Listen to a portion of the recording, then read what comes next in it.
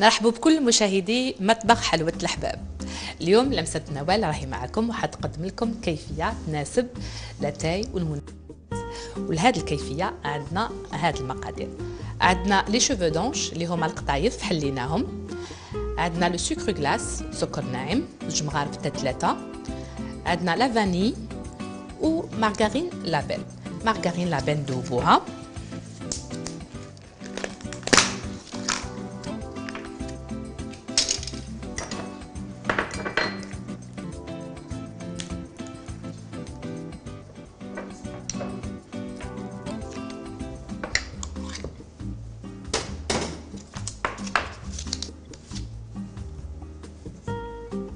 نديروها تذوب.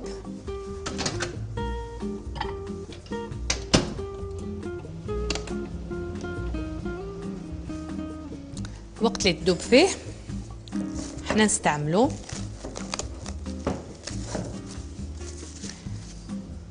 عندنا لا فاني باش ندلنا ريحه وبنه، وعندنا لو سكر هذاك الاحمرار تاع القطايف والبنه تاعو. الزبده دابت،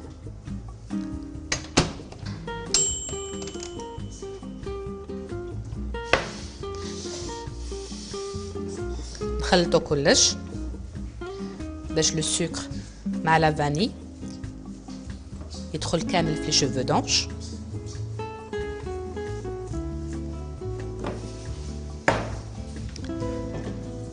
نحتاجو السنيوه اللي تدخل الفوغ وهاد لي مول.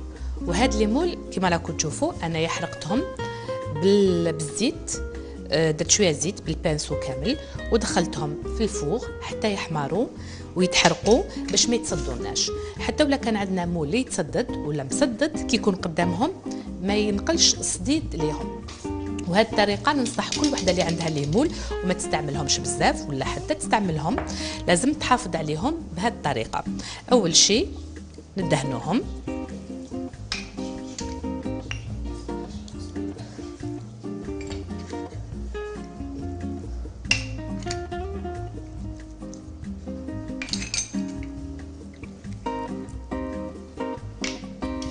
بعد ما دهناهم دايما لي شوفو دونش ولا القطايف نديروهم ما بين يدينا وندخلوهم للداخل،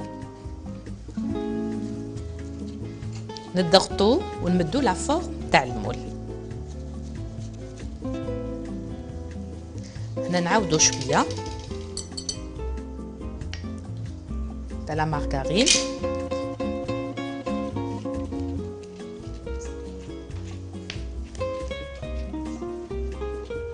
وعندنا مول واحد اخر اللي راح يكون من الفوق نضغطوا عليه مليح وراح يطيب معاه.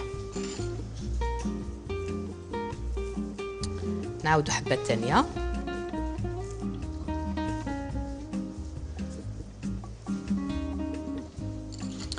هاد الحلوى تلائم بزاف العراس ولاتاي،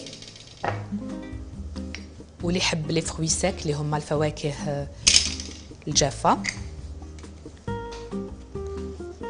راح يستمتع بهذه الوصفه.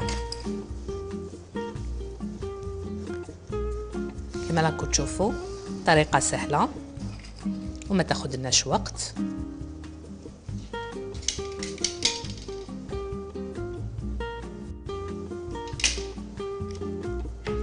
ودايما مول واحد اخر اللي راح يكون من الفوق باش نتحصلوا على شكل كيما راكم تشوفوا اون ديغي صحن.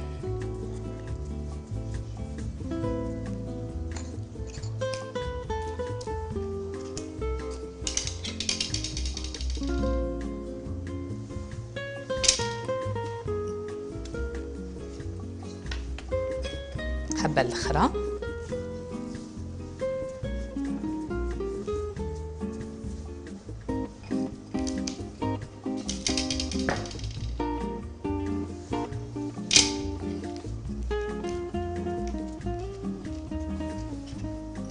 نضغطوا عليها ونديروهم في الفوغ.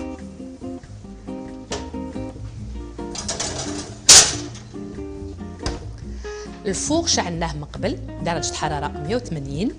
دائما لازم حتى تاخذ اون كولور دوغي. نعاودو نحو هذوك لي مول بعد ما تاخذ لا فورم تاع المول هذاك. نحو المول الفوقاني ونخلوها تزيد تحمر وتاخذ لا كولور دوغي في الوسط. هنايا شفتوا الكيفيه بعد ما درناها في الفوغ. بقاو معنا بعد الفاصل تشوفوها واجده وطيبه وش حنديروا لها الحشو اللي راح يكون للداخل. بقاو معنا.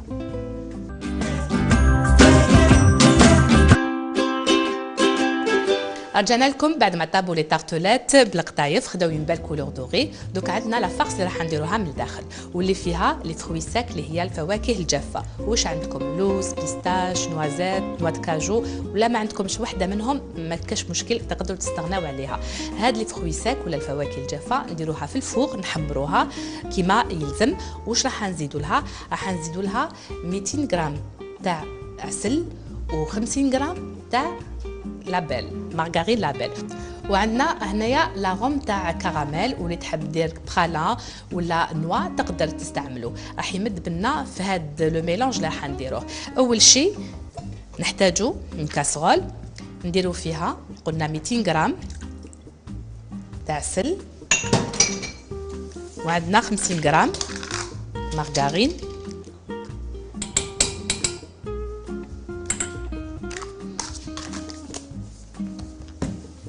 نديروها فوق النار.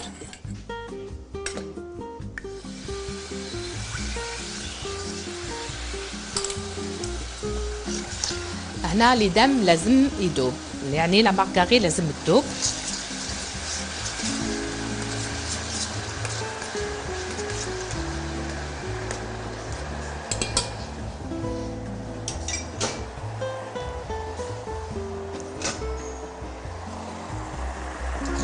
بعد ما غلات هنا راح ندير لي فروي ساك نحرك عليهم ونزيد لهم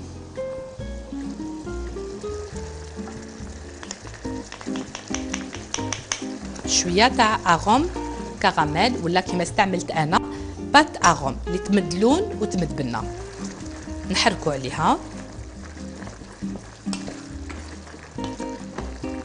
ونخلوها واحد 3 دقائق 4 فوق النار حتى تعقد وتتقال.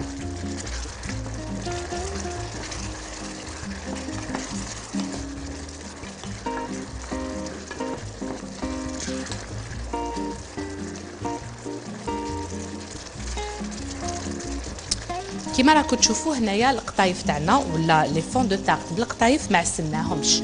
هاد لو سيرو اللي راهو هنا ولا هاد العسل مع لي فروي ساك هو اللي راح يمد لنا البنه في القطايف. يعني هنايا كما راكم تشوفوا ما كان له نعسلوهم.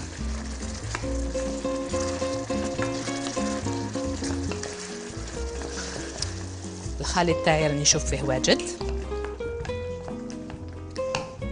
دايما نعمر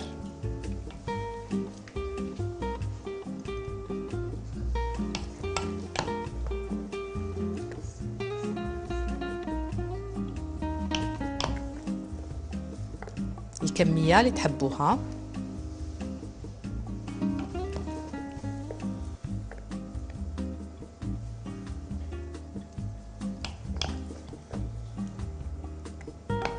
كما راكم تشوفوا كيفية سهلة. وكما قلت لكم اللي حب لي فروي ساك اللي هما الفواكه الجافة راح يستمتع بهذه الكيفية. دوك واش علينا تزيين كل واحد واش يحب. وانا فضلت نستعمل هاد الحلوى تاع دراري اللي زينتها من الفوق بلا بات دامونت على هذا الشكل ونحطها من الفوق. كما راكم تشوفوا الحلوى تاعنا راح نزينها ونكملها ونديرها في لي كيسات لي نابرون تاعها وتشوفوها في طبق التقديم بعد الفاصل. ابقاو معنا.